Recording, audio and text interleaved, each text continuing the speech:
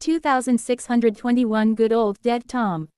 Out there in the vast, cold abyss beyond the fleeting radiance of the night garden, a monstrous form drifted slowly on the powerful underwater currents. Its eerie shape was so vast and inconceivable that Sunny failed to fathom what he was looking at for the longest time. Move forward slowly. The night garden was not pushed by the wind or by oars, relying on unknown magic to sail instead. So, it did not matter whether it was gliding across the waves or moving beneath them, Jet could control its speed and direction all the same. She did as Sunny told, changing the angle of their descent. Before, the night garden had been simply plummeting down through the dark abyss, but now, it pushed forward through the crushing mass of water. Jet drew a deep breath as her gaze grew distant. Sunny raised an eyebrow. What? She remained silent for a moment, then shook her head. No, nothing. It just feels different when we move underwater. The night garden has to push through its mass, after all. So, there is a different relation between the effort I need to exert and the speed it can reach. There's a learning curve. Jet sighed. It feels nice and liberating to glide across the sea. But here, it's a bit of a chore. Like running with weights tied to your ankles. Sunny gave her a strange look. Did you often run with weights tied to your ankles? Jet stared back. You didn't. Sunny scratched the back of his head. When I ran, it was usually from something trying to eat me. Why would I go around weighing myself down? A corner of her mouth curved upward. You make a good point. They fell silent as the night garden slowly drew closer to Old Tom's remains. Sunny had to admit that he had misjudged the distance between them and the monstrous corpse. There was no curvature to the depths of the Stormzea, so there was no horizon, and there were no landscape features to serve as reference points either, only the boundless darkness. Old Tom turned out to be much, much larger than Sunny had thought after beholding it for the first time. What does that thing look like? By then, Jet could see one of the tentacles trailing behind the sinking corpse, but the main body of the horror of the depths was still hidden in the darkness. Sunny did not hurry with the answer, though, trying to understand what Old Tom had been, rather, himself. It took him until the pain of his flaw became almost unbearable to finally make sense of the horrid visage. It's an oyster, I guess. Sunny said that, but he was not sure that he was correct. There was indeed a hard shell akin to that of a bivalve mollusk somewhere in the terrible mess of formless flesh and tentacles that spilled from its open frame. The shell itself was the size of an island, covered by a forest of eerie black growths. Beneath them, however, it glistened with dull gold, as if cast entirely from precious metal. The gargantuan shell was dwarfed by the lifeless mass of flesh and colossal tentacles spilling out of its mouth, though. It was impossible to imagine that all that revolting flesh could have fit inside the vast confines of the golden shell, and there were other things drifting in the water beside it, as well, things that must have escaped from within Old Tom after its violent death. There were titanic bones that must have belonged to abominable leviathans, empty shells of indestructible chitin that had once sheltered horrid monsters, rotten carcasses of countless ancient ships, mangled masses of rusted metal, vast shards of something that looked like diamond glass. Old Tom must have gorged itself on all kinds of things over the eons. All of it trailed behind the slowly sinking corpse like the tail of an abominable comet, dwarfing it in size. It was obvious that all these remains had been expelled from within the grotesque shell, and yet Sunny could not quite understand how. Their volume was far greater than the colossal shell. Eventually, he narrowed his eyes. I think that good old Tom wielded dimensional powers. There must have been a pocket dimension hidden inside its shell, a dark and terrifying hell that nothing could escape after being swallowed by it. Only it was destroyed when Old Tom died, so now its body, as well as everything it had failed to digest over thousands of years, is spilling out. If Old Tom had been able to fold space, Sunny could better understand how its tentacles were so impossibly long, as well. The night garden was close enough to the gargantuan shell and the vile mass of formless flesh protruding from within it for Jet to catch a glimpse of the trail of debris left in its wake, too. She moved the ship to the side, deftly avoiding a gargantuan tentacle, and then asked in a concerned tone. What killed it, though? Sunny studied the unimaginable mess of Old Tom's flesh for a while, and then said quietly. Both halves of its shell are shattered, with jagged holes at the center. Judging by the positioning and the size of the holes, as well as the pattern of cracks spreading from them. He fell silent for a moment, and then added with a hint of unease in his voice. Old Tom was killed in a single strike. Something unimaginably powerful pierced its shell through and destroyed whatever it was that had kept it alive. Jet shivered. What the hell could have killed that thing in one blow? Sunny did not answer immediately. Eventually, however, he was forced to. I don't know. I don't think I could have, though. They both remained quiet after that as the night garden slowly sailed past the corpse of the eerie horror of the depths and moved deeper into the abyssal darkness of the Stormsia. Just as they were passing the terrible mass of flesh, Jet suddenly asked. Do you know what I'm thinking about? Sunny raised an eyebrow. No. She hesitated for a moment, then smiled faintly. I was thinking, if Old Tom is a sort of oyster. Do you think there's a pearl somewhere inside its shell? What would that pearl be? Sunny stared at her for a while, then shook his head energetically and looked away. I don't know, and I am sure as hell not climbing inside to find out. Laughing quietly, Jet led the night garden deeper into the abyss. Her laughter, however, did not mask a concerned wariness that she felt. Sunny was wary, as well. 2622 gaze into the. Although Sunny did not want to admit it, Old Tom's death had disturbed him quite a bit. It was not only because of the fact how vast and terrifying the remains of the ancient horror of the depths glanced, and it wasn't even because of the fact that it had been killed. What disturbed him the most was the manner of Old Tom's death. Sunny was not entirely sure that he could have killed the immense creature. What he was sure about, however, was that he would not have been able to finish it off in one blow. But it had been. Old Tom had been crushed like an annoying pest. Knowing that there was something out there capable of doing something like that made him feel uneasy. That creature, whatever it was ahead of them in the race toward The Eternal City, so they would inevitably clash with it, in the end. Sunny could not help but wonder if he could withstand a similar blow. The answer he came up with was not very reassuring. The night garden continued its descent. It plummeted into the dark depths, and then deeper, deeper, and deeper still. The water had long begun to behave strangely, and so did the world itself. At times, it felt like the very space was starting to bend and crack, crushed by the terrible pressure exerted by the vast expanse of the Stormsia. But mostly, everything around the living ship seemed terribly still. Sunny was not sure that even his supreme body would survive at this abyssal depth anymore. They did not encounter any nightmare creatures after sailing past the monstrous, enormous corpse of the old time, dead or alive. Perhaps even among the abominable horrors of the depths, very few dwelled in these unfathomable depths. Perhaps there was simply something special about the area where the Eternal City had drowned, repelling the abominations. In any case, the descent of the night garden was eerily quiet. At some point, Sunny and Jet found themselves talking simply to hear the sound of human voices. He shared his knowledge of obscure facts about the dream realm, while she told stories and anecdotes about her days of serving as a government enforcer. Eventually, however, even their voices failed to keep the suffocating silence at bay. Hours passed, slowly flowing into days. It seemed impossible that any body of water could be this deep, and yet the night garden continued to descend at great speed with no sign of the seabed in sight. The soldiers and the civilians were safely hidden below deck, so the only ones who had to face the absolute silence of the black abyss were Sunny, Jet, and the Saints of Night. If not for the rustle of leaves and the glow of the lanterns illuminating the night garden, they would have probably long begun to struggle mentally because of the unnatural lack of anything out there around them, in the darkness. It was easy to imagine people going mad from the mere, eerie absence of everything. Thankfully, they were too busy to lose their minds. Despite the draining monotony of the endless descent, Sunny and his companions had a lot to do. There were numerous checks to be performed to ascertain the condition of the ship, as well as other measures to ensure that everything was going according to plan. Taught by the bitter experience of his previous 2 expeditions, Sunny was regularly testing the connection between himself and his other incarnations. He also kept sending mental messages to Cassie at set intervals, to make sure that nothing interfered with their link. As the night garden descended into the unfathomable depths, Cassie's voice slowly began to sound distant in his mind. However, it never disappeared altogether. One of the most complicated tasks they had to perform was to make sure that Nefis could still open her dream gate near the night garden despite the great mass of water separating her from it. Everything seemed to be fine in that regard, too, even if coordinating the tests was growing progressively more difficult because Nefis herself was in the middle of a perilous expedition. The most persistent threat to Sunny so far was boredom.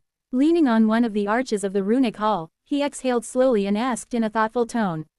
What do you think will happen if Nefis opens a dream gate between the Stormsia and somewhere like the Nightmare Desert, then pulls water in? Ether was controlling the living ship at the moment, while Jet was sitting on the floor and leaning her back against a pillar. She gave him an amused look. Wow, that's a great idea. Actually, that can be used as a weapon of mass destruction. Well, mass irrigation, at least. She fell silent for a few seconds, then shrugged. I guess she would swiftly run out of essence despite being supreme, considering the great volume of water that would be passing through her gate. A new sea might still appear in the area she decides to flood, though. Sunny whistled, already imagining where he would put a new sea. Jet, meanwhile, sighed. It has little practical use, however, because it would all be seawater. Otherwise, we might have been able to boost agriculture in several desolate regions of the Dream Realm by now. Ether, who had been silent until then, suddenly spoke. Or she could pour it into a volcano. Both Jet and Sunny looked at him in surprise. What? Why? Ether coughed in embarrassment. Oh, it's just, the explosion would be quite spectacular. I read that was how the Minoan civilization had disappeared. Sunny blinked a few times. He did not know what the Minoan civilization was, and why its supreme had decided to pour a sea into a volcano. But more importantly, you really think that Nephis needs new ways of producing spectacular explosions? Ether blushed. Ah, I did not think about that. He wanted to say something else, but at that moment, Sunny's expression changed. Stop the ship, slow it down, quickly. Jet tensed, while Ether looked at him in surprise. Then, the runic circle shimmered faintly, and the rate of the Night Garden's descent slowly began to decline. Torrents of water were expelled from the reservoir, and for a few brief seconds, the living ship was surrounded by small, fleeting flashes of light. Those were bubbles of air bursting from the devastating pressure. Jet jumped to her feet. Did you sense something? Sunny remained silent for a while, then nodded. Yes, I think, I sense the bottom of the sea. Indeed, his shadow sense had perceived something solid far below the Night Garden, a vast, never-ending plain of solid ground, in fact. It seemed that the Stormzea did have a bottom, after all. And they were about to reach it. Soon enough, the Night Garden came to a stop, hovering just a few hundred meters above the ground. Knave and Bloodwave had joined them at the bridge by then, and all of them stared down with stunned expressions. Eventually, it was Knave who spoke first. It's flat. Sunny nodded slowly, confirming that it indeed was. Below them, a perfectly flat surface stretched in all directions, with nothing at all rising above it even by a centimeter. There was no seaweed or coral, no dirt, no anything. Just an endless expanse of flawlessly smooth, glistening glass. Or at least of something that looked like glass. It was as if they were somehow pulled into a video game where a level failed to render, or perhaps had fallen through the map.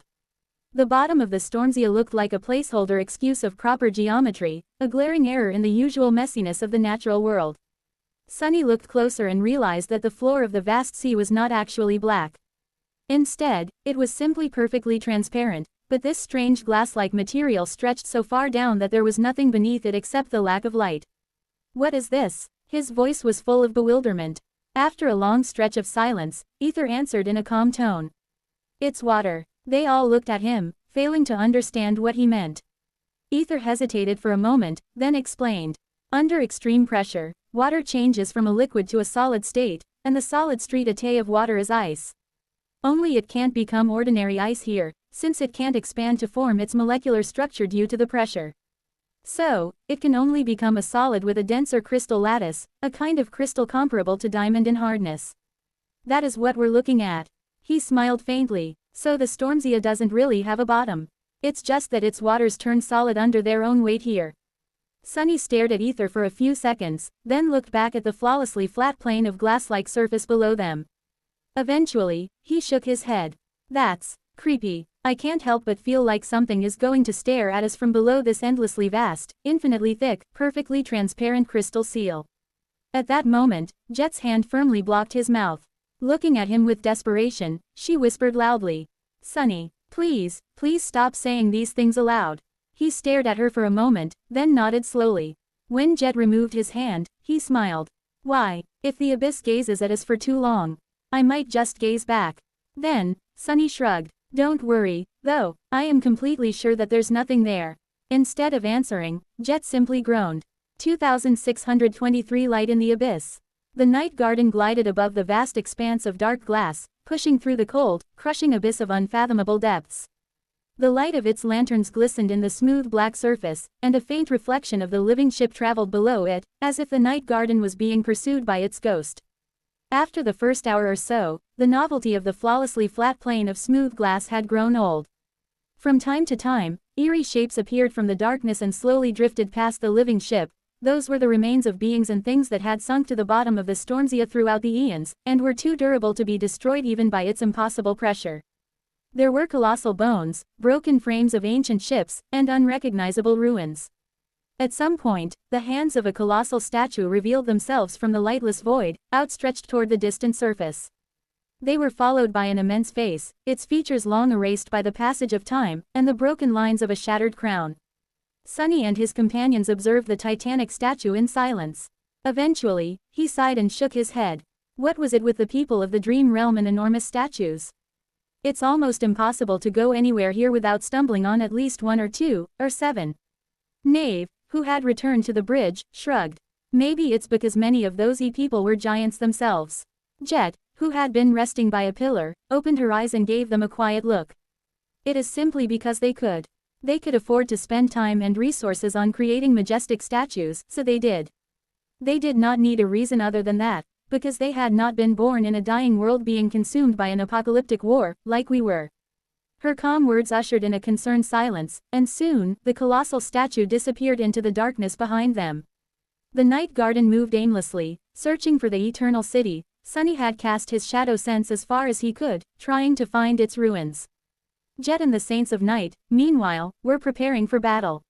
Where are you? Sunny hated to admit it, but the long period of tense anticipation was starting to negatively affect his mental state. Entire days spent in a state of battle readiness, surrounded by utter darkness and suffocating silence, had tired him. The fact that nothing had happened was only making him more frustrated. And if he felt that way, then Jet and the Saints of Night were probably worse off. Well, maybe not Jet. After all, she had always seemed relaxed and comfortable in any environment, no matter the circumstances. Now, too, it looked like she was taking a nap without a care in the world. One of her eyes opened as soon as Sunny suddenly rose to his feet, though. Looking ahead, he remained silent for a second and then smiled darkly. Found it. Out there, countless kappa kilometers away, he felt a vast mass of shadows being cast on the bottom of the Stormsia. His perception of them was muddied and unclear, but he perceived at least several towering structures resting on the black glass. Sunny glanced at his companions. We found the Eternal City. The Eternal City had let itself be known long before they could see it. At first, Sunny thought that his eyes were playing a trick on him, but then he had to admit that what he saw was true. Out there, far away in front of them, the absolute darkness of the abyssal depths was chased away by pale light. The distant radiance illuminated the great mass of water, resembling the auroras he had seen in Antarctica. That was the great lighthouse of the Eternal City shining from the bottom of a boundless sea, still intact even thousands of years after the Demon of Repose, its supposed creator, had perished. That radiance had served as a beacon for those traveling through the cold darkness of the black skies. Now, it was a guiding light for those traversing the crushing black abyss of the lightless depths. It's a bit crazy, isn't it? Jet gave him a brief look. What is? Sunny shook his head in bewilderment. That place, the Eternal City, it survived the wrath of Storm God, fell from space, crashed into the ocean, and spent thousands of years enduring the crushing pressure on the bottom of the sea. And yet, it still seems to be intact. He let out a chuckle. That's one hell of a building standard. She smiled, then sent the night garden forward. Gradually, the distant radiance drew closer. The living ship moved toward its source, slowly coming into view of the drowned city. Soon enough, Sunny saw the vast ruin laying on the endless smooth expanse of black glass, illuminated by the light of its silver spires. Only he wasn't sure that the Eternal City could be called a ruin. It seemed to be completely intact and in pristine condition, after all. Gorgeous silver spires rose above the endless expanse of black glass, emanating radiant light. Smaller buildings made from stone stood between them, with streets, squares, and vast parks. The Eternal City seemed to be protected by an aegis of its own, similar to the night garden. A colossal dome surrounded it, preventing the water from drowning the streets. The entire city seemed to be separated into dozens of large islands, with roaring rivers flowing between them at great speed. At the heart of it, a magnificent palace, or maybe a temple, Toei read above the landscape. The Eternal City was vast, easily competing in size with Bastion, Ravenheart, and NQSC, so Sunny could not discern the details of the palace. And that was not what he was paying attention to, anyway. Crazy, it's absolutely crazy. His expression turned somber. Because out there, on the streets of the Eternal City, he sensed something else. Myriad shadows were moving there, shadows that belonged to living beings. It seemed that just like the buildings, the immortal citizens of the fallen city had been restored to pristine condition, as well. 2624 Eternal City. Jet's icy blue eyes turned even colder as she regarded the distant forest of silver spires.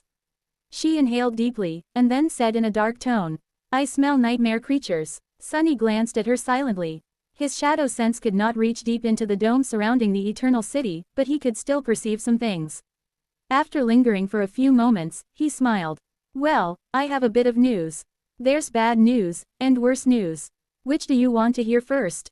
She looked at him with no amusement in her eyes. "Ah, I'll have the bad news first, please." Sunny nodded. The city is full of powerful beings. There are hundreds of thousands, if not millions, of them crawling all over its streets. The Saints of Night glanced at each other with unease. Jet, however, remained unperturbed. "What's the worst news, then?" Sunny sighed and looked at the silver lights of the distant city.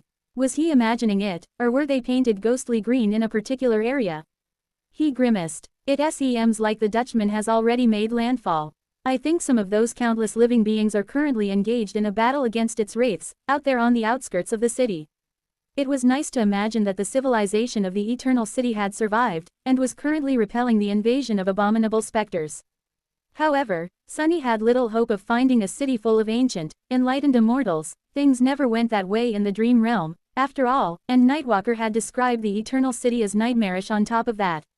So, it was most likely a situation where one horde of abominable horrors was fighting a different, even more horrifying one. They were going to find out the truth soon enough. There was another anomalous zone on the other side of the city, too. That one, however, was different. If the battle between the Wraith fleet and the denizens of the Eternal City was expressed through a cacophony of motion, even if ghosts did not cast shadows, the beings fighting them did, that area stood out because of the total lack of movement. As if every living being there had already been obliterated. Sunny could only sense the very outer reaches of the Eternal City, so he could not say more. However, that alone was enough to make a few conclusions. The Dutchman had arrived earlier than they, and its forces had already established a foothold within the dome. Currently, they controlled one of the outer islands and were staging a furious attack to push deeper into the city. Jet frowned. "So, what do you suggest we do? Join the fray?" Sunny hesitated for a few moments, then shook his head. Facing the Dutchman is already bad enough, but facing it in a legion of unknown abominations at the same time is even worse. And why should we? This is a large city. We can just as easily land on the other side of it and see who can conquer it faster. Then, we will have far more information and a chance to earn a territorial advantage before clashing with the Dutchman's foe GCES. Ideally, the Wraith Legion would have been wiped out by then, and they would only have to deal with the other eerie horde of horrifying abominations. That, and the unknown being that Sunny suspected of being somewhere out there, inside the dome. The third contender, whatever that thing was, Old Tom's killer, unless it was the captain of the Dutchman who had finished the malevolent oyster off. Sunny looked at the vast expanse of the night garden, then added. "Plus, our primary goal right now is to find the wharf that can repair the night garden. It should be somewhere on the outer rim of the Eternal City, so let's sail around it and see. We can make further plans after securing a safe stronghold for our ship." Suppressing a feeling of urgency, they slowly sent the night garden circling the Eternal City from a distance. As the living ship moved through the abyssal depths, Sunny managed to explore the fallen city a bit better. It was strange, his shadow sense could easily pass through the aegis of the night garden, and it seemed to be able to penetrate the dome of the Eternal City as well. But not too far beyond the invisible barrier, his senses betrayed him, as if something else was stopping them. "Those things inside the city, what do they look like?" Sunny turned his head, remained silent for a few moments, and then responded to Jet with a hint of uncertainty. "I can't actually see them. I can only sense their shadows. And their shadows, well, outwardly, they seem like human shadows. They had 2 legs, 2 arms, and 1 head, at least. However, there was something profoundly disturbing about the shadows of the immortal denizens of the Eternal City." Sunny could not describe what exactly alarmed him, but he sensed a subtle, unnerving wrongness about them. "I think I see the wharf." Eventually, Nave's voice distracted him from his unease. Looking forward, Sunny saw a gigantic structure protruding from the dome of the Eternal City. Before it, however, A massive steel was forcefully thrust into the black glass just outside the invisible barrier, with a net of jagged cracks marring the smooth surface around it. Sunny did not know what strength one had to possess to actually shatter the bottom of the Stormzia, but the sight of it made him shiver. What is this? As the night garden drew closer and its light fell onto the surface of the towering steel, he could vaguely discern runes carved into its surface. They were written on the outward side of the steel, facing the boundless expanse of the Stormzia. The script was strange, but he could still somewhat translate it. Sunny exhaled slowly as he read the words written on the stone steel. As he did, his eyes shook faintly. The runes read, "I am Darren, the Serpent King. Heed my warning, Wanderer. Turn back. There is no salvation FGO maternity. And no respite from its bond. Beyond this line, lies hell." 2625 Titanic Wharf. Jet and the Saints of Night studied the runes, their expressions turning somber. The spell must have provided them with a better translation than Sunny's own, but he was reasonably confident in his interpretation. Hell, huh, Bloodwave's voice did not sound enthused. Sunny smiled. Well, you know how it goes for us awakened. We always get sent into the depths of hell, only to find another, even more dreadful hell at the bottom of that one. I've been to a place or two that are way worse than the worst depiction of hell humans could come up with. You must have, too. Bloodwave grunted in solidarity. Still, sounds quite ominous. Sunny had no retort to that. He remained silent for a bit, then sighed. So Darren visited the Eternal City as well. Nave was looking at the towering steel with an expression that betrayed a hint of reverence. Hearing Sunny speak of Darren, he tuned to him. The Serpent King was the lone supreme of the Stormzia civilization before it was consumed by the Dream Realm. We knew very little about him until recently. Actually, it was the exploration report on the tomb of Ariel that shone a light on his eventual end. Maybe you've heard about it? Sunny glanced at him and smiled. Yeah, I've heard a thing or two. Nave nodded. But even if we knew very little, we did discover traces of him all across the Stormzia. Most of the citadels the House of Night used to inhabit are ruins of Darren's fallen kingdom, after all, even if most of it had been swallowed by the depths. He is a mythical figure. Nave paused for a moment and added in a quiet tone, so, it feels strange to stand where he once stood, looking at the runes he personally carved into stone. Sunny remained silent for a while. He felt strange, as well, but for a different reason. To him, finding a message left by Darren of the Twilight Sea felt like meeting an old friend. Do you think he came to the Eternal City once to claim the lineage of Storm God? Nave hesitated. I am not sure. If he did, it did not help him and his people, in the end. Sunny sighed. He studied the great steel some more, then said suddenly, I met Darren once, you know. Nave, Bloodwave, and Ether turned to him in shock. Jet raised an eyebrow, too. Sunny smiled. He was a tough bastard. One of the toughest Sunny had ever met, in fact. His soul still quaked in throes of phantom pain at the memory of the Serpent King's sharp fangs. Sunny had met the nightmare version of Darren of the Twilight Sea and killed him. Then, he received a blossom from Windflower, Darren's daughter, her farewell gift.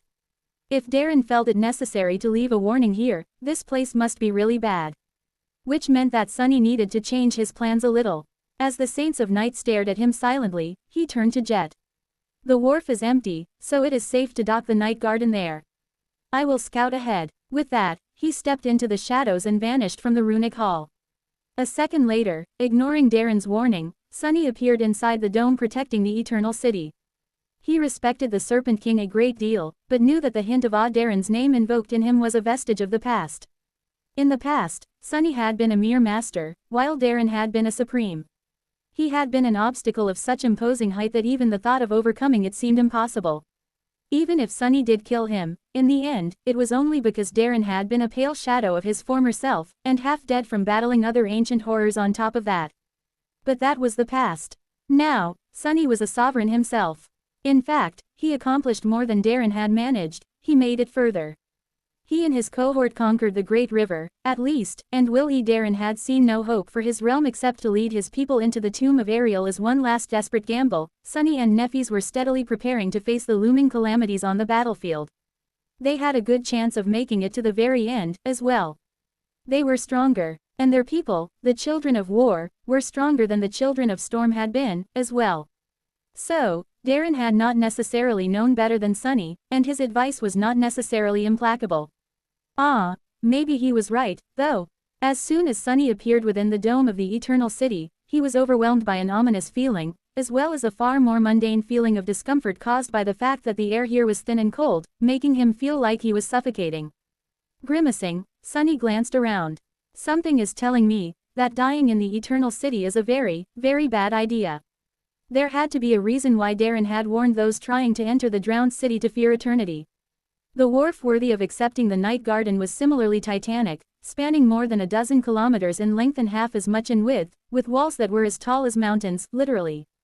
At first glance, Sunny judged that they were at least 3 kilometers high, partially submerged in water. The water surprised him, actually. He would have thought that the dome would prevent it from flowing into the Eternal City entirely, but strangely enough, while the invisible barrier prevented the unfathomable mass of the sea from plummeting at the city from above, some of it did cover the black glass. The water seethed and swirled, flowing as it glistened in the silver light of the magnificent spires. The main structure of the wharf surrounded a horseshoe-shaped berth, with huge gates facing the vast expanse of the Stormzea. The gates were currently open, and the berth was partially filled with water. The walls of the wharf were built from stone, but inside, it was constructed out of wood. Everything around him was spotless and in pristine condition, with not a sign of wear in sight. In fact, that was one of the reasons why Sunny felt so unnerved. He had not realized it before, but the world was supposed to show signs of the ruthless passage of time and display subtle imperfections. Even in the most well-maintained places, there were small flaws, scuffs, scratches, faded colors.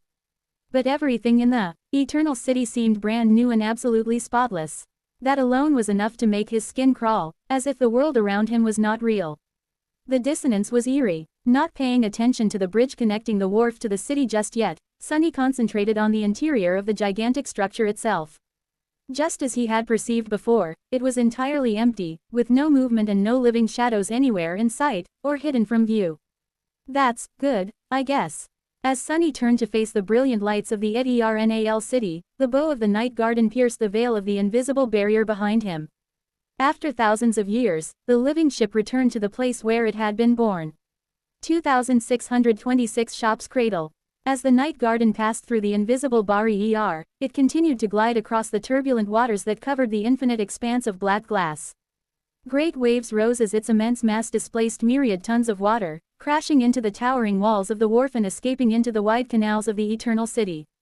Standing at the edge of the titanic structure's open gate, Sunny observed the wrath of the elements in silence. The living ship slowly drew closer. As it did, the wharf, which had seemed improbably enormous before, suddenly did not feel so big anymore. Sunny saw the branches of the trees that grew on the surface decks of the Night Garden sway as it passed him, slowly entering the awaiting berth. He could not help but feel amazed at the precision with which Jet had steered the wide breadth of the Titanic ship into the gate of the Great Wharf. There was barely a few dozen meters between the tall sides of the Night Garden and the walls of the berth, and that gap seemed minuscule in comparison to its gargantuan size. The ship continued to sail past him for a long while as it entered the wharf, seemingly endless. Eventually, however, Sunny saw the stern of the Night Garden, which meant that countless kilometers away, its bow had reached the end of the horseshoe-shaped berth, resting against its barrier. Finally, the living ship came to a halt, swaying gently on the tumultuous currents of water. What now? They had intended to find a way to repair the Night Garden here, but the Great Citadel did not exactly come with an instruction manual, let alone the wharf where the Demon of Repose had built her ship once, thousands of years ago. Sunny did not have to worry, though. Soon after the Night Garden came to a rest inside the colossal berth, the wharf came alive. The rest might have just felt a strange, almost palpable energy permeate the air, but Sunny could sense far more.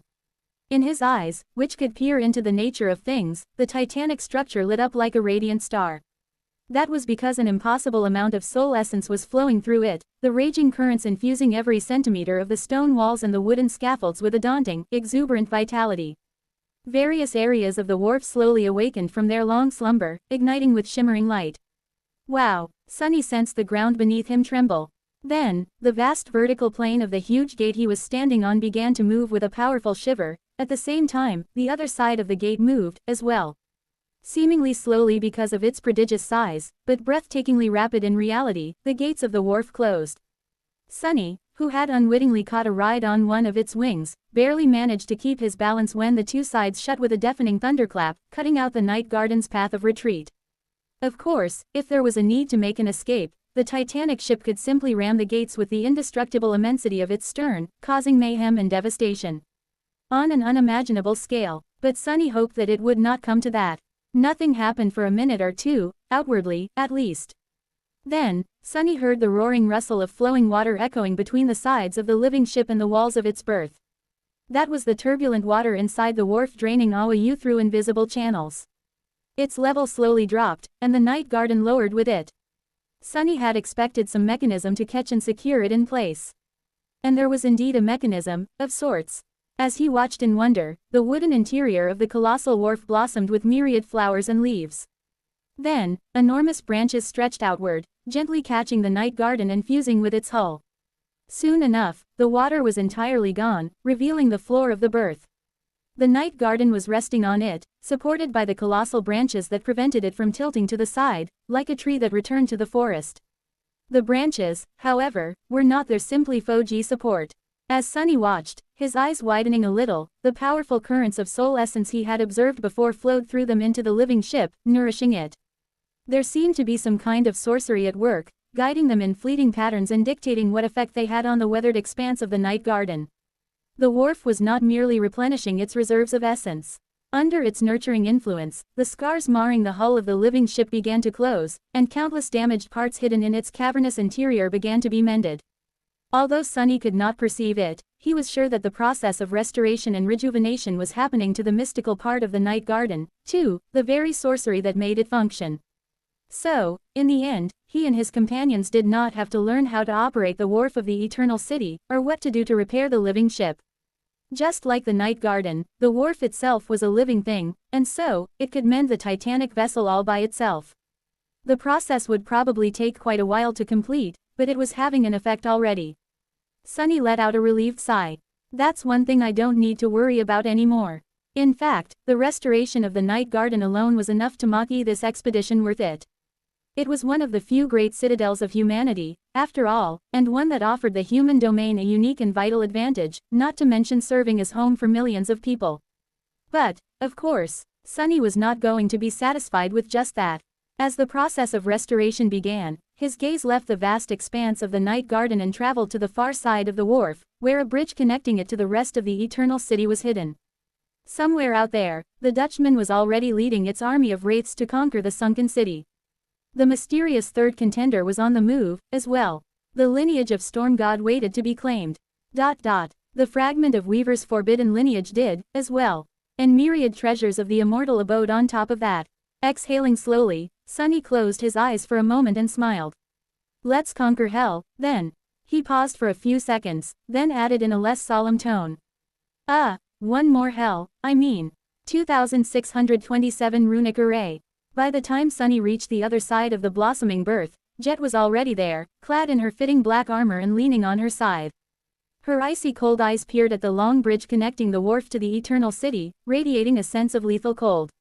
Sunny appeared out of the shadows next to her, looking in the same direction. Where are Knave, Ether, and Bloodwave? She looked at him briefly. Guarding the ship. We, stationed all available awakened throughout the interior, with masters spread out to defend the key areas. The Saints are protecting the surface decks, Ether is on the bridge, Knave is at the bow, while Bloodwave is on the stern. The three of them should be able to contend against anything that might get past us, or at least stall it long enough for you to arrive. Sunny nodded, burning a bit of his essence to substitute the lacking oxygen with it. How is their breathing? Jet smiled faintly. They are fine while aboard the night garden. Beyond its aegis, they'll probably suffocate. However, these are Saints of Night we are talking about. They have memories to deal with the lack of breathing air in spades. So you don't have to worry about them.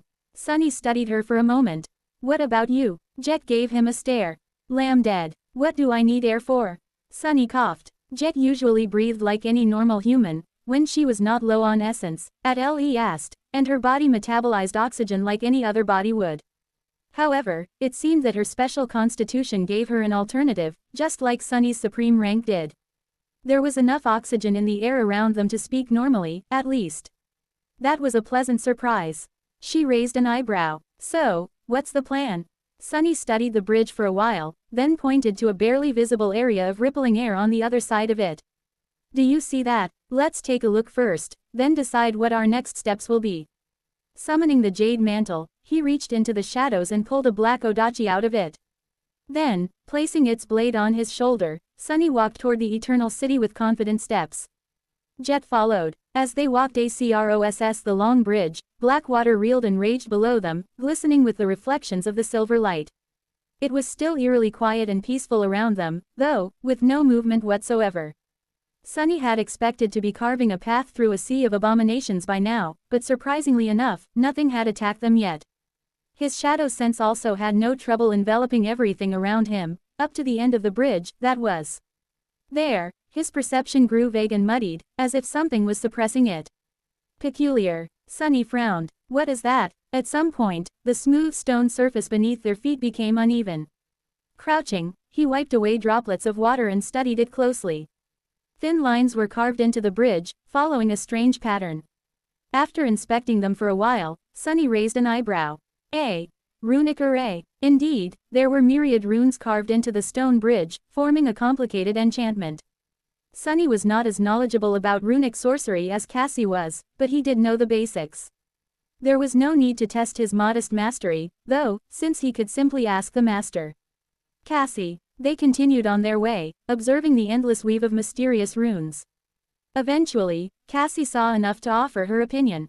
This is an auxiliary enchantment, way beyond what I could accomplish, but still only a small part of a larger array. Sunny tilted his head a little. What does it do? There was a long pause, and then Cassie's voice resounded in his mind. It was quiet and distorted, as if reaching him from a great distance, but still discernible. It maintains the existence of these runes, as well as of the main enchantment that is situated somewhere else. Well, rather, it prevents the innate sorcery of the Eternal City from erasing the runes by restoring the surfaces they are carved into to a pristine condition. Sunny narrowed his EUS. What does the main enchantment do, then? Cassie's quiet, melodious laughter resounded in his head. That I do not know. I would have to read it first, wouldn't I? Sunny sighed. By then, they had almost reached the end of the bridge. Stopping, he remained motionless for a bit and then raised his head to study the anomaly they had noticed from the walls of the wharf.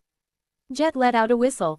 "T'll be damned." Sunny tended to agree. There, in front of them, a subtle rippling of the air betrayed the existence of an invisible barrier. There was another dome inside the Aegis protecting the Eternal City, covering most of the city. It was very much like the shadow dome he had created to see if the night garden could submerge into the water, almost as vast as the primary one, but not quite, acting as a second layer of protection. Here, the foundation of the Eternal City was exposed, towering above the restless waters as dark cliffs. And on those cliffs, Normos runes were carved into the stone, extending in both directions as far as the eye could see. Almost as if they encircled the entire city. There was something quite familiar about how those runes were carved into the base of the Eternal City, as well. The way they looked was almost exactly the same as Darren's message on the Great Steel looked, only on a much larger scale. This is the main enchantment. I think I know what its purpose is. Sunny remained silent for a long while, looking at the rippling barrier of the secondary dome. He smiled darkly. I think I know, as well. Jet gave him a questioning look. Looking up at the endless mass of water looming over their heads, Sunny said. The first barrier is created by innate sorcery of the Eternal City, divine sorcery of the Demon of Repose. Its purpose is to keep things out. Then, he looked down at the great runes carved into the ancient stone. The second barrier is a complicated runic array, much like the runic array that protected Twilight. It was created by the Serpent King. His expression darkened, and its purpose is to keep things in. 2628. A warm welcome. Jet studied the wall of subtly rippling air in front of them and the pristine streets beyond it, then rested her scythe on her shoulders in a relaxed pose. Well, that explains why nothing has attacked us yet. She approached the barrier created by the Serpent King, stopping only a few centimeters away from it, then took a few steps along its nearly invisible surface. Seems licky he was really wary of what hides inside this city, huh? Sunny shrugged. I guess. Jet remained silent for a few seconds, then asked in a calm tone. More importantly, if this barrier prevents things from escaping the Eternal City, wouldn't we get trapped if we pass through it, as well? That was what Sunny was thinking about, too. He frowned. Nightwalker escaped it before, so there must be a way. Or maybe a condition sorting those who can leave, and those who can't. He sighed and shook his head. It does not matter, anyway. Anything that Darren created, I can destroy. It might take some time, though, if we do need to destroy this barrier in order to escape, not to mention that I would not feel right getting rid of it before whatever he was wary of is dealt with, or at least contained in some way. Jet glanced at him with dark amusement. Oh, what makes you so confident in your ability? Sunny simply shrugged. The fact that destroying something is always easier than creating it. Both Darren and Sunny were supreme, and both were powerful sorcerers. So, with all other things being equal, he was confident in his ability to dismantle the runic array Darren had created, given time. Jet glanced back at the invisible barrier. I guess we are going inside, then. Sunny grimaced. Well, yes, but first, we might want to. Wait, what are you doing? Before he could even finish the sentence, Jet took a step forward and passed through the barrier. Then, she turned back and glanced at him with a smile. What? Sunny stared at her, aghast. What do you mean, what? How could you just go and enter a mysterious magic barrier designed to trap living beings for all eternity? She shrugged. Didn't you say that you can easily destroy it? Sunny suppressed the impulse to grab his head. I say a lot of things. She laughed. That you do. She fell silent, studied the surrounding buildings for a few seconds, then sighed and took a step back. Sunny tensed, but Jet seemed to pass through the barrier and return to the bridge with no issue. Still resting her arms on the shaft of the scythe, she rolled her shoulders and shook her head. My guess would be that the Serpent King was unwilling to let the immortals who had populated the Eternal City escape into the Twilight Sea. After all, there is no worse combination than immortality and corruption. So, this barrier probably prevents anything that died and was restored by the city from leaving its boundary. Sunny took a few deep breaths. What if your theory turned out to be wrong?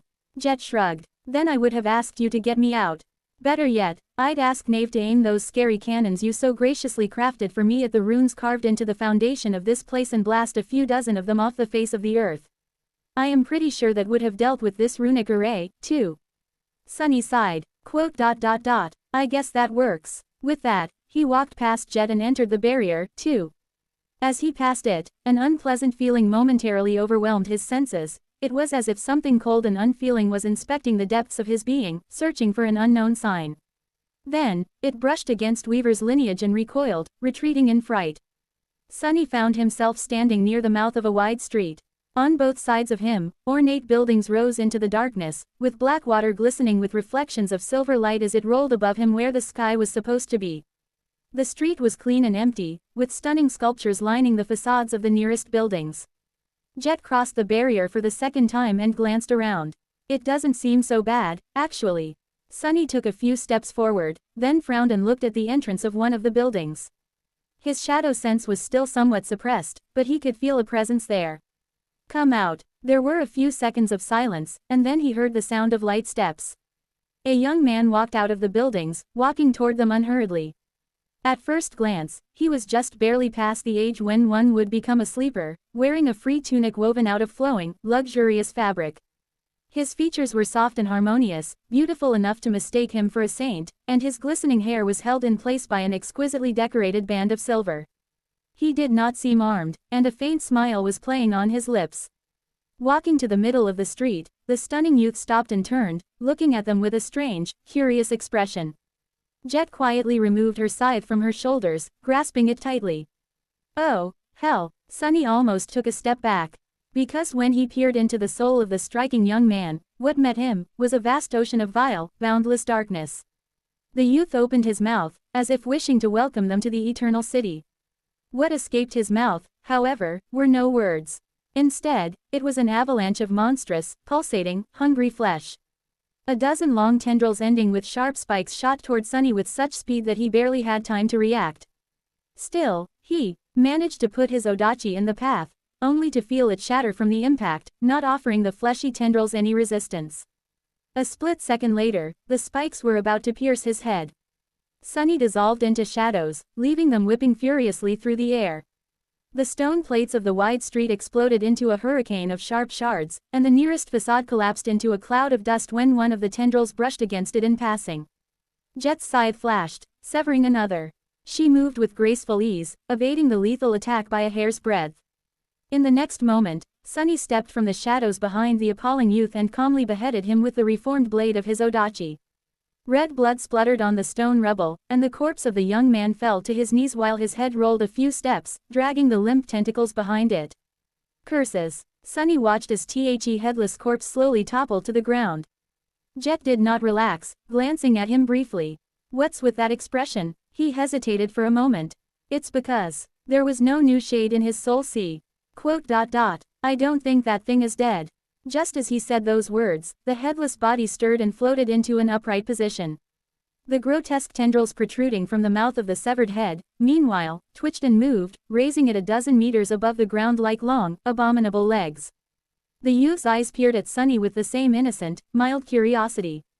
He shivered. Damnation. 2629 corrupted immortal. There were lethal beings out there, in the harrowing reaches of the ruthless and broken world, and then there was the Lord of Shadows, Sunless, the Sovereign of Death. Among those who were just one step behind him, Soul Reaper Jet was possibly the most lethal. She was definitely the most feared, and for a good reason. Few could survive her insidious aspect and deathly resolve. So, it was no exaggeration to say that when the two of them decided to fight side by side, there was hardly a more lethal duo than the Lord of Shadows and Soul Reaper. And yet, they failed to kill the eerie nightmare creature that had welcomed them to the Eternal City. The battle was rapid, but fierce. Several blocks of the sunken city had been reduced to rubble as Sunny and Jet fought the grotesque youth, or, rather, the monstrous nightmare creature that wore the exquisite face of a human youth. The ancient buildings toppled, and the stone canvas of the roads exploded into an avalanche of jagged shards. The silence of the empty streets was vanquished by the roaring clamor of a frightening battle, and the gorgeous landscape of the ancient city was replaced by a scene of total devastation. Curse it! Sunny dashed back, barely dodging another fleshy tentacle. The breathtaking statue he had hidden behind was split in two, severed by the spike at the end of the tendril so cleanly that the cut seemed like no more than a thin crack for a few seconds. This is a bit tough. Jet had spun her ghostly scythe, slicing several tendrils, then allowed the mist blade to assume the form of a graceful lucerne and used its long spike to pin the nearest severed tentacle to the cobblestones. It was just in time. Despite being separated from the main body of the nightmare creature, the fleshy tentacles continued to move, trying to slither across the rubble toward her. What the hell do we do? Sunny cursed again. The eldritch horror was strong, about as strong as a great beast would be, making it a walking calamity. Even a supreme like him had to stay alert in a battle with this thing, so it was understandable that Jet was struggling. However, that was no reason for them to be having so much trouble dealing with the monstrous nightmare creature. Sunny could slay a great beast in a heartbeat, and Jet was more than formidable enough to bridge the gap between the ranks. By all accounts, the eerie creature should have been dead by now. And in fact, they had already killed it numerous times. It was just that the monstrous nightmare creature refused to stay dead. Sunny and Jet had cut, pierced, and crushed its body. They dealt deadly damage to its soul and poisoned it with the death will. The creature was burned to death and shattered after being frozen solid. But no matter what they did, the gorgeous youth was restored to his original appearance before too long. Its crushed, severed, burned, shattered body returned to a flawless state, and then turned grotesque and horrid once again as it swelled with malformed flesh and burst into a slithering forest of lethal tendrils. It did not take a wise man to realize what was happening. Damn, that damn demon. The fiend they were fighting was powerful, but in and of itself, it was not too frightening. As evidence, Sunny and Jet were still unscathed despite battling it for several minutes already. The problem, however, was that it was immortal, or rather, that the Eternal City made it immortal. The distinction was subtle, but important. The incredible, inexhaustible vitality that the grotesque youth possessed was not his own power. Rather, it was the manifestation of the sorcery that governed this cursed place, and so, killing him was not a matter of overpowering a great beast. It was a matter of overcoming the sorcery of a demon, and while Sunny had a high opinion of his prowess, that was not a feat that he could accomplish just yet. How did one fight an immortal nightmare creature, then? Dodging another explosion of hungry flesh, Sunny could not help but smile darkly. No, but it's quite ironic, isn't it? Two dead warriors were trying to kill an undying monster. Brandishing his black odachi, he called out to Jet. We can't kill it. His gaze landed on the shambling, appalling figure of the corrupted immortal. So, let's subdue it instead. He lunged forward, turning into a torrent of shadows to dodge the whipping tendrils, and manifested into a corporeal form right in front of the nightmare creature. His Odachi flashed, severing the creature's arms. At the same time, a current of mist coalesced into a live figure behind the immortal, and Jet used her scythe to cut his legs. As the fiend fell to the ground, dozens of black chains burst from it and wrapped themselves around him. Individually, none of them were strong enough to bind him, but all together, they held long enough for more chains to descend on the struggling form and bury it under the mass of inky black metal. Soon, there was nothing but a small hill of black links towering where the dreadful youth once stood, trembling faintly like a macabre cocoon. Sunny stared at it somberly. A large swath of the eternal city around them was entirely decimated. But the ornate buildings were already restoring themselves, too. Shattered statues coalesced into their original, elegant forms. Toppled pillars rose from the rubble and assembled themselves. The rubble floated into the air and returned to its previous shape. The buildings grew from the devastated ruin like flowers, and the paving of the street smoothed itself out. Before too long, Sunny and Jet found themselves standing on a gorgeous plaza. Their surroundings were spotless and undamaged, with only the cocoon of black chains and their heavy breathing proving that the battle had happened. Jet stared at the small hill of chains and then glanced at Sunny with a concerned expression. Hey, he raised an eyebrow. What? She pointed to the black cocoon with the blade of her war scythe. That was just one of them, right? Sunny nodded slowly, prompting her to give him a dark smile. And you said that there were thousands, or possibly even millions of these things within the city. He hesitated for a few seconds, suppressing a shiver. What could he say? Sunny sighed. Sounds about right. As the person who had invited Jet to this nightmarish place, he was starting to feel a tiny bit guilty. 2,630 this much. Sunny did not want to admit it, but he was troubled. The battle had been intense, and the adversary was powerful, but that was not the reason for his unease. The fact that the nightmare creature had turned out to be immortal wasn't, either. Even the knowledge that there was a vast horde of these undying fiends populating the eternal city was not the reason why he felt so concerned. No, the real reason why Sunny was troubled was that he could not make sense of the grotesque youth. There was something quite strange about this abomination, to the point that he was not even sure if he was correct to call it one. First, Sunny did not see what he usually saw when peering into the souls of abominations. There was the vile darkness of corruption, true, but it did not possess the usual nodes that served as sources of the spreading, tumorous infection. So, he could not even guess the class of the creature, only tell that it was roughly of the great rank. Second, even Cassie could not tell what the dreadful fiend was. All she could say after peering at its essence was a few cryptic words. It is, like a part of a greater whole hiding inside an usurped vessel. Then, after falling silent for a while, she added in a hesitant tone. But the greater whole it is a part of is itself incomplete, longing to be mended. The fact that Cassie's dormant ability could not draw knowledge about the eldritch horror was already a cause for concern. Her words describing what little she did glimpse were even more worrisome. A part of a greater whole, usurped vessel, incomplete. What the hell did it mean? And what the hell was the corrupted immortal, really? Sunny sighed. The cocoon of black chains continued to stir subtly, since the dreadful fiend was still struggling to break free. Sunny could keep it bound without too much trouble, but he could only do so by maintaining the manifested shadows personally. Making the chains permanent would weaken them, which would allow the appalling youth to escape. Which meant that while he could contain this particular nightmare creature, or possibly even 1,000 of them, he could not contain them all. He could not even contain most of them, which was a problem. He grimaced and glanced at the black underside of the rolling sea above them, with silver light reflecting from its restless surface. Suddenly, it occurred to him that this was a kind of black sky, as well. Ah, this is going to be quite a spectacle. Jet wore a grim expression, her icy gaze hiding a hint of some dark emotion. She lingered for a while, looked at her scythe briefly, and then said in a neutral tone. We can still retreat, you know. Sunny slowly shook his head. No, there's nowhere to retreat. He glanced away from the pile of black chains and turned to her. It might seem like we can escape to safer waters, but that is an illusion. There is nowhere safe in this world, in two worlds, even. Anywhere and everywhere can and will turn into a worse hell. All of existence is a war zone, so if we can't deal even with this much, then what's the point of seeking safety somewhere else? Jet let out a hollow chuckle. This much is a city full of immortal great ones, though. With an army of wraiths added as a free bonus. So what are we going to do? Sunny studied her for a while, then smiled darkly. For now, I suggest you take a few steps back. Jet frowned. Why, what are you going to do? Sunny glanced around, noting that he could not see the wharf from behind the tall buildings. Let me show you. This should be far enough, I think. Saying that, he reached into his soul and summoned something.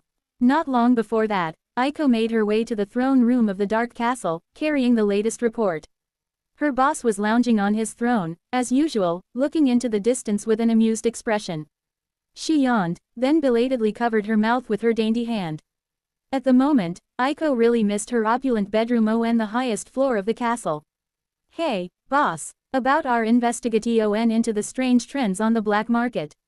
He waved his hand lazily, interrupting her, and then glanced at her with a sly smile. Uh-oh, suddenly, Aiko had a very, very bad feeling. Sunny seemed inordinately happy. Why was he so happy? Hey, Aiko, let me ask you a question. How would you go about conquering a city full of immortal nightmare creatures? She frowned. I wouldn't. I'd turn around and run away. No, actually, I would never end up anywhere near such a harrowing place, to begin with. Only a complete, irremediable idiot would. No, really. Her boss blinked a few times with an offended expression on his pale face. Hey, that's harsh. Aiko suppressed the desire to palm her face. Wait, that was not a hypothetical question. Where the hell did you find a city full of immortal abominations? And why would you do something like that? Sunny raised his chin. No, it wasn't. Under the sea. And, why? Because there's treasure involved. Aiko was about to say more, but froze instead. A moment later, her eyes glistened.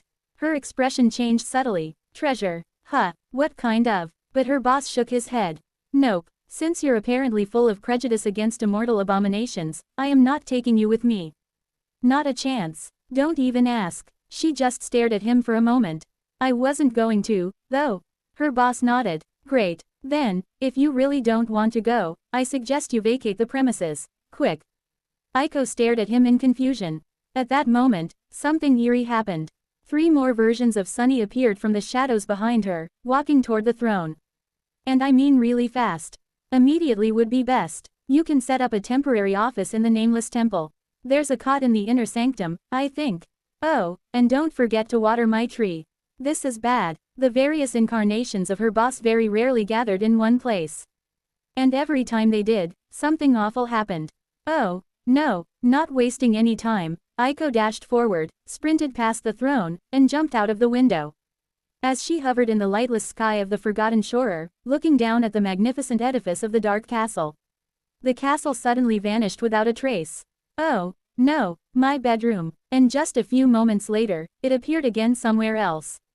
To be precise, it appeared on an empty, pristine plaza in the Eternal City. Jet had barely managed to take a few steps back before the black spires of the Dark Castle suddenly rose from the shadows enveloping the square. Soon enough, a magnificent black fortress appeared out of nowhere between the ornate buildings, casting a deep shadow upon them. Then, its gates opened with a chilling groan. And out of the darkness inside, a vast legion of silent shades marched onto the ancient streets.